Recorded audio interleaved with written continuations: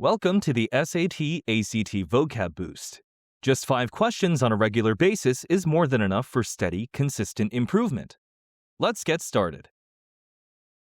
The lobbyist's case was blank. Each step in the chain of reasoning sounded unobjectionable on its own, yet the conclusion rested on a comparison no careful listener would ever have granted. Which choice completes the text with the most logical and precise word or phrase? A. Cogent. B. Tedious. C. Specious. D. Candid.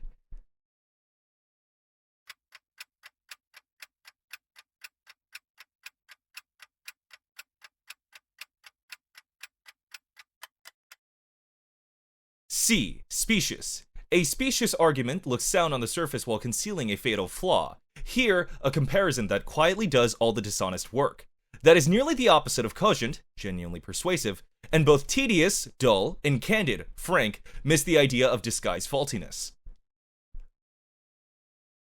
The following text is adapted from Charles Dickens' 1861 novel Great Expectations. Pip understood at last that what he had once mistaken for Estella's cruelty was in truth a want of any warmth at all. She withheld affection not from spite, but because she had none in her to give. As used in the text, what does the word want most nearly mean? A. A craving left unsatisfied. B. An absence or lack. C. A demand pressed insistently. D. A flaw kept carefully hidden.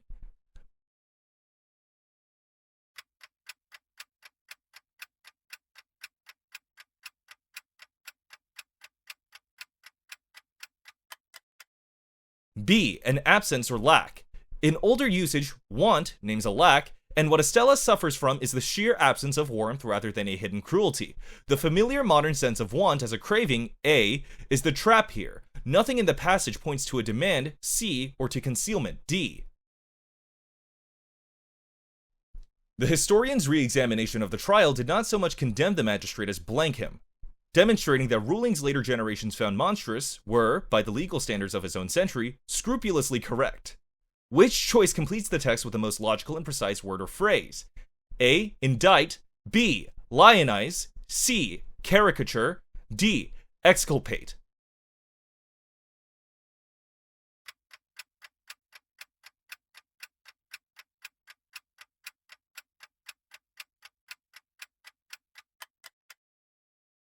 D. Exculpate. To exculpate is to clear someone of blame, which is just what the new reading of the record does for the magistrate. Indict, formally accused, points the opposite way. Lionize, celebrate as a hero, overshoots the modest aim of clearing him.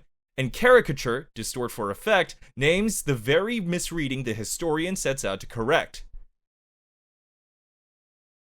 A gambler by temperament, he met each ruinous loss as a passing inconvenience.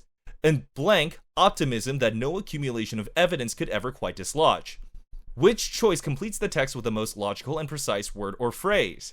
A. Intermittent. B. Reluctant. C. Inveterate. D. Belated.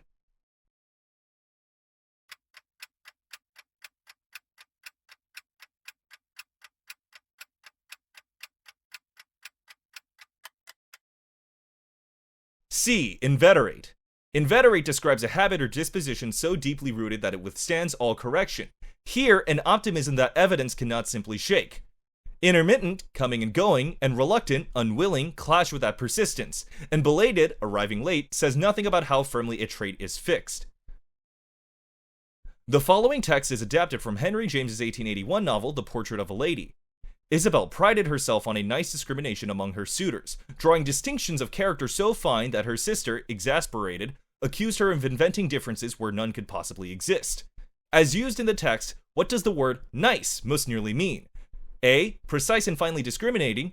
B. Pleasant and agreeable in manner. C. Overly fussy about small matters. D. Gratifying to the senses.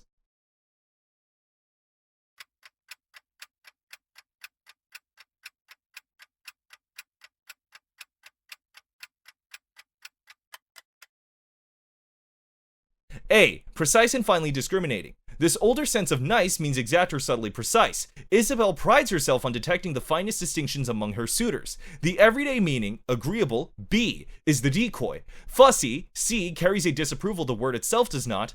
And gratifying to the senses, D, belongs to an entirely different register. Thank you for your participation. For additional resources on the SAT and ACT, expert college application guidance, and customized college roadmap advice, please visit us at www.jsedu.com.